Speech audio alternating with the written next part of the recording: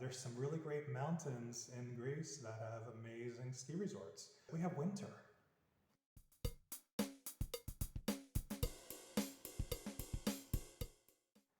Kalimera, hello global locals. My name is Steve Gantzos, and I am originally from Philadelphia, born in Germany, but now currently live in Athens, Greece. So I've been here for a few months and got here to start a job that didn't really work out, so I started my own business. And I'm glad I did, because it's a really creative place where there are a lot of incentives for people to live here, to move here from different countries, from digital nomads to EU citizens, numerous visa options available by the government for different types of situations. Making a decent living and maybe about 2,000 euros per month.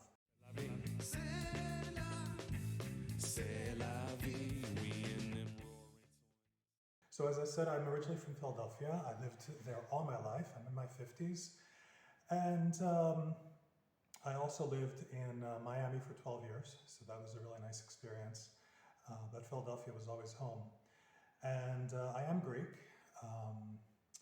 My first language was Greek, and second language turned out to be English until I became native, fluent level speaker.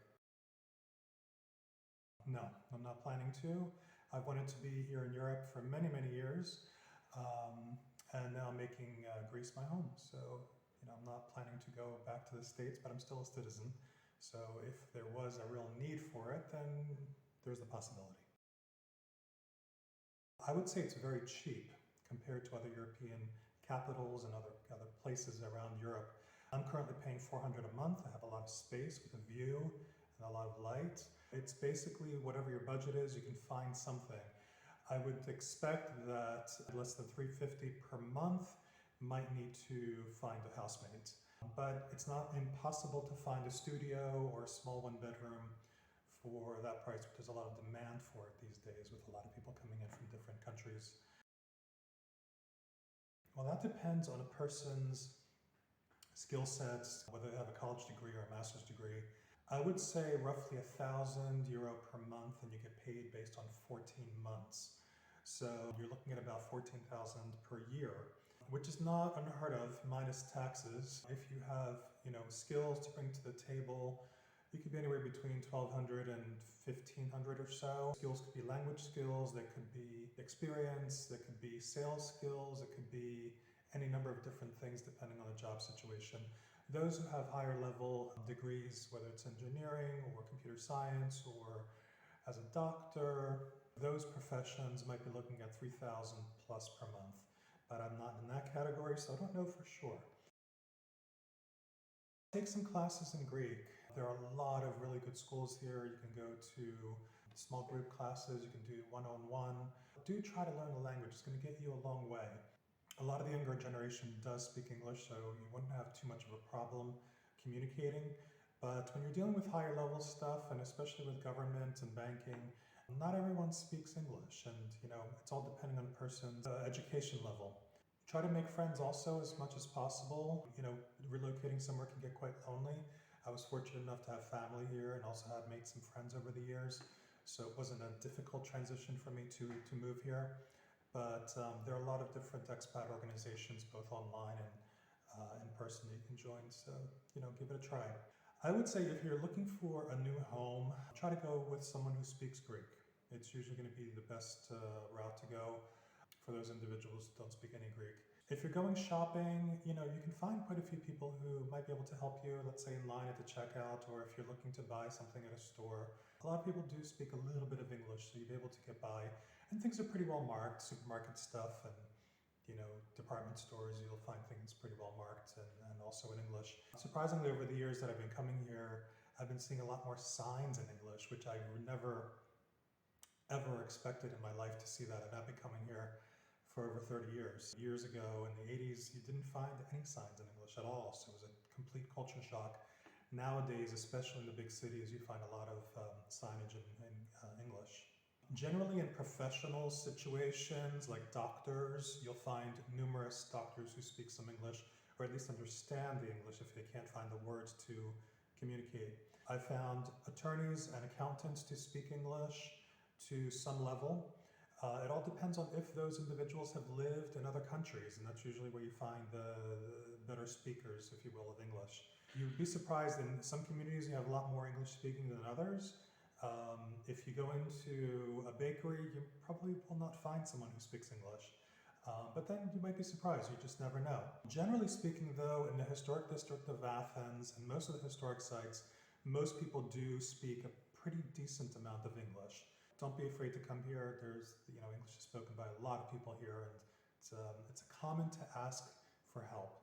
And people are generally very, very helpful. So if you run into me, I will help you. I think that pretty much all Greeks and non-Greeks are quite helpful here. Well, we have a lot of sun. The weather is nice. We have beaches that are just 20 to 30 minutes away from central Athens. We have a lot of terrain, so it's like, there's always something to see. A lot of really nice hiking opportunities for those into that. There's a lot of sports activities, of course, the historic district and all of the, culture surrounding that. We have a pretty amazing gastronomic community, so, you can find simple food, you can find complex food. We have Michelin-star restaurants as well. So it's a pretty diverse place to live. Athens wasn't always like that, but nowadays, I find pretty much everything that I need to do the cooking that I want. There's even a small Chinatown. There's some really interesting Asian restaurants in town, so it's kind of cool to have all those varieties. I would say you can make friends if you make the effort, and those who make the effort are rewarded, just like with anything else. So I would say just put yourself out there. You'll find friends from different countries. You'll find friends from this country. You might find friends who want to learn the language that you know. So, don't be surprised if they start to speak to you, whether it's Spanish or French or English. And that's the way they want to practice. So you might be able to practice your Greek with them as well. There are numerous expat organizations online that have activities throughout the city. Also online that you can meet people. So definitely get out there and participate in some groups, some volunteer activities that you can participate in a number of different areas. So you can meet other Greeks or expats. I have participated a lot in the Facebook groups like Expats in Athens, Expats in Greece, Foreigners Living in Greece, North Americans Living in Greece, are some of the Facebook groups that I'm participating in. And I found them to be really valuable resources because people in those communities like to find things, whereas Greeks tend to kind of stick to their own little neighborhood and stick to the things that they know. So it's kind of a useful resource for me, and I think it might be for you. Over the last 10 years, there's been a lot of bad press about Greece and, taxes. And you'd be surprised, people, they're paying taxes. It's as simple as that. I lived in the States most of my life. I know a lot of people who didn't pay their taxes because they had cash businesses, and there are a lot of people who still have cash businesses. And here, you just can't get away with it, at least anymore. It's very hard to, but it still happens, and it happens in every country. We can't blame one country for a big problem that occurred over 10 years ago. There's been a lot of pressure on the government to work through systems to keep people from evading taxes. Everyone that owns a business in this country has to take a credit card or a debit card for payment. That is the law, it's required, and they're required to give you a receipt. So if they give you a receipt, then they're paying their taxes. If they're not going to give you a receipt, you ask for it. But that's probably the number one challenge that I think this country has had to evolve through and face and work through. But it is getting better, and there are a lot of very good tax incentives for foreigners to live here and to move here. We have winter. Not terribly cold, for those dealing with Fahrenheit, probably evening temperatures when it's winter might be in the 40s. Daytime temperatures probably in the 60s. Right now today it is in the low 60s. This evening it's going to be high 40s. So, you want to dress warmly if you're sensitive to the cold. It's not always islands and it's not always sun and beach. We do have winter and we have skiing. There's some really great mountains in Greece that have amazing ski resorts. So if you are someone who likes to ski, it's not the Alps, but it's not that bad. So it's not just about beaches and islands. There's so much to do here. The archaeological finds are throughout the country. It's probably around the size of Florida, so getting around, could take anywhere between 6 and 10 hours, depending on where you're going.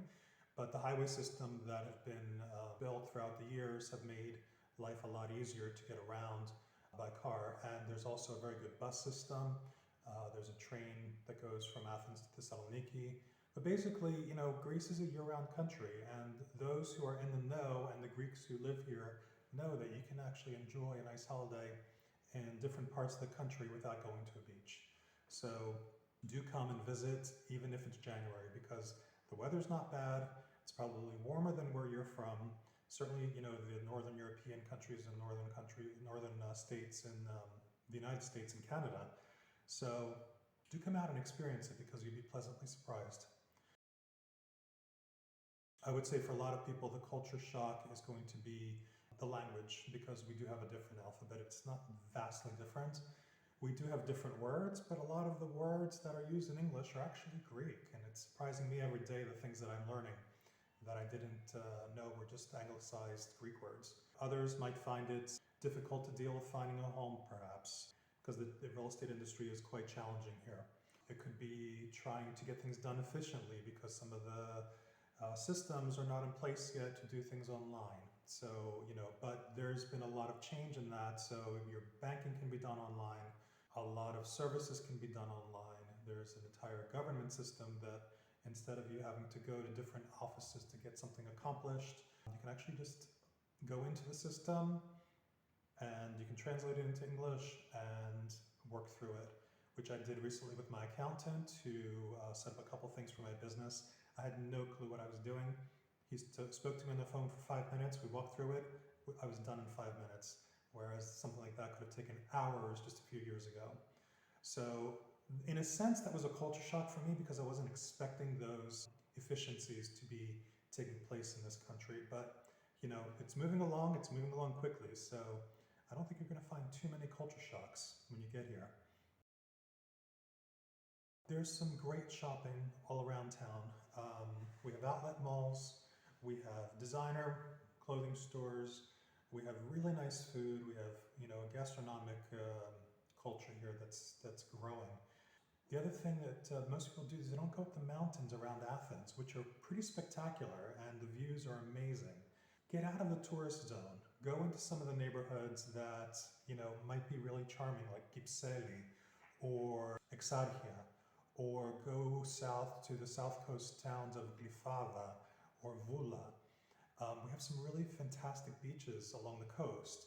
One of my favorite places, it is a tourist spot, but it's a worthwhile place and it's absolutely beautiful, is the Temple of Poseidon at Sunyo. It's about 90 minutes drive from here. But along the way, you can find some really nice beaches and little tavernas along the water, and it's just really charming. Go visit some of the churches. You might find something, interesting with the church if you go to a service on Sunday, how different it is. Maybe it's similar to what you're accustomed to, how similar it is to the old Jewish way of worship, and the chanting, and it's really quite interesting. You might enjoy doing that if you're into culture. Generally speaking, Greeks don't get drunk. I came from a place that drinking culture was a big thing when you go out. Here, it's more about getting together with friends and family, or just meeting people. Coffee culture is a big thing here. The cafes are always busy on the weekends and even the evenings. Well, in the summer, we have outdoor cinemas all throughout the city. Cafe culture is a big deal, getting together with friends and family. Before COVID, and probably sometime in the near future, we'll see a lot more festivals. So festivals are a big deal in the summer, whether it's at churches or, all throughout the city, you'll find festivals. There are very nice nightclubs throughout the city and also along the coast. Depending on what you're into, you'll find something that you'll enjoy while you're here. So I grew up with Greek food, and so I know how to cook it. It's a part of my life, my history. But it can get boring, just like most cuisines. If you get tired of it after a while, I like a variety of different things, and the food here is actually very nice. Raw ingredients are I would say fantastic, spectacular. If you go to any fish market, you are going to have really fresh fish, probably not more than a day old, if not the same day. Glistening and bright and, just really nice. The butcher shops are fantastic. The grocery stores always have nice fresh food.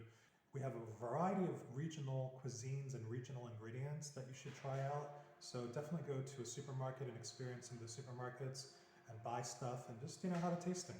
Seasonal food, the fruits and vegetables are pretty fantastic. I can't even tell you, the best oranges I've ever had in my life with flavor and sweetness. The figs are amazing. We have the most amazing figs in August and September. Pears are amazing. There's this one fruit that I bought the other day I never had before. It's called a persimmon. That's what it is, persimmon. Unbelievable. I mean, just spectacular product. So, fresh fruits and vegetables and meats that are local, they're all phenomenal.